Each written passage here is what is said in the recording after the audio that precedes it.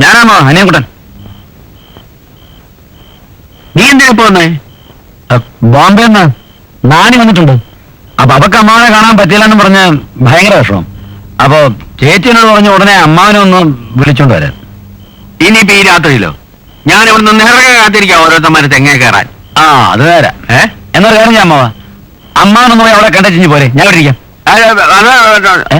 അങ്ങനെയാണെങ്കിലേ ഞാനിതങ്ങ് പൂട്ടിയിച്ചിറങ്ങാം.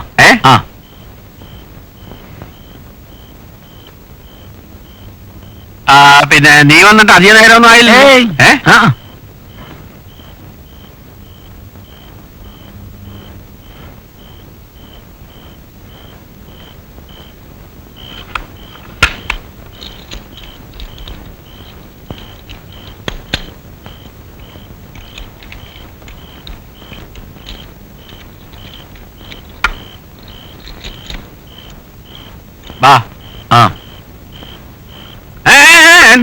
അല്ല മാമ പൂട്ടിയത് നേരെ വീണോ നോക്കിയതാ.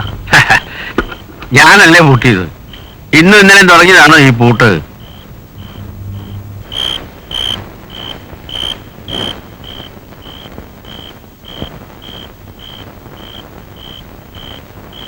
ആ ദാണ്ടേ അമ്മാവൻ. എടി മോളെ നാണി, നീ എപ്പോ വന്നടി? ഞാൻ വന്നിട്ട് 2 ദിവസമായി അമ്മാവ. എന്നിട്ട് പിന്നെ എന്നെ അറിയിക്കാൻ എന്താ? അല്ല എവിടെ തന്തയ്ക്ക് പറയില്ല. എടാ ഒരു കസേര കൊണ്ടേ അമ്മാവോട്ടിരിക്കാം.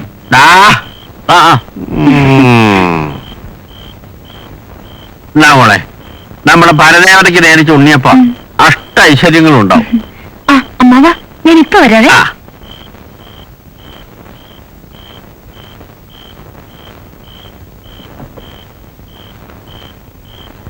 എന്നാ ഓരോ ഉണ്ണിയപ്പം നീ എനിക്കാണോ? എടാ നമ്മുടെ പരദേവതയ്ക്ക് അതുകൊണ്ടല്ല, എനിക്ക് വിശപ്പരാത്തോണ്ടാ. വിശപ്പിനാണോ പ്രസാദം കഴിക്കുന്നത്? അതൊന്നും കഴിക്കില്ല അദ്ദേഹം. ഭഗവാനെ തോൽപ്പിക്കാൻ നടക്കുകയല്ലേ.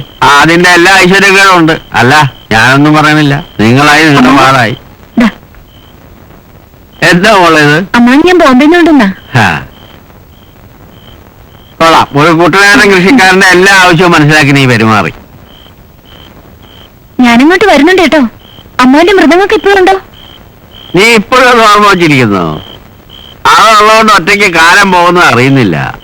ചമ്മാവ എന്നെ വായിച്ചു കേൾപ്പിക്കണേ. നിനക്ക് താല്പര്യമെങ്കിലും ഉണ്ടല്ലോ. ദേ നിൽക്കുന്ന ഒരു കാളാ.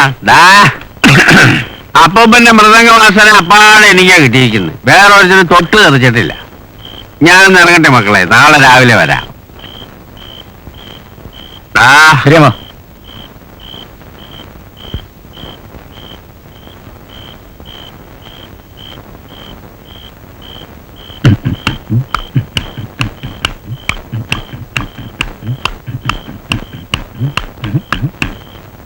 എന്തോന്നാടാ?